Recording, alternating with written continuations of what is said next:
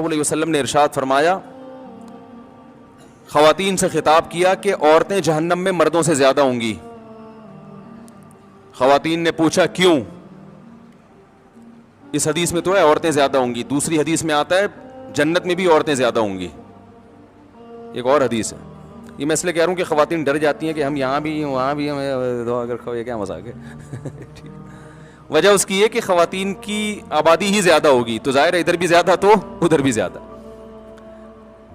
تو پوچھا گیا بھائی وجہ کیا ہے؟ آپ نے فرمایا تکفرن العشیر, شوہر کی نافرمانی کرتی ہو. ناشکری, نافرمانی نہیں, کفر کہتے ہیں ناشکری کو. کیسے ناشکری؟ فرمایا ساری زندگی کھلاتا ہے پلاتا ہے. آج کوئی مرد بیوی کو چھوڑ دے, بیچاری کا کیا پرسان حال ہوتا ہے ہمارے معاشرے میں. گھر اس کو لے کے دیتا ہے, گیس بجلی کا بل, چھت مہیا کی, اس کو تحفظ دیا, اس کی اولاد کا ہمیشہ کے لیے محافظ بنا, اتنے بڑے بڑے انعامات احسانات.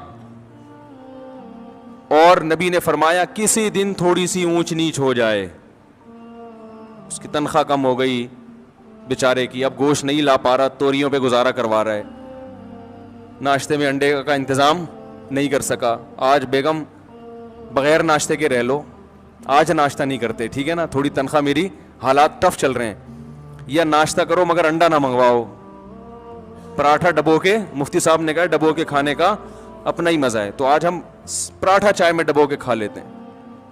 تو نبی صلی اللہ علیہ وسلم نے فرمایا کبھی کچھ ہو جائے نا تو کیا عورت تانا کیسا دیتی ہے, ما رأیت منک خیرا قط, میں نے کبھی بھی آپ سے خیر, سب عورتیں نہیں لیکن بہت سی عورتیں یہ کام کرتی ہیں کہ میں نے آپ سے کبھی خیر نہیں دیکھی, میں اس گھر میں آئی ہوں مجھے ملا کیا ہے.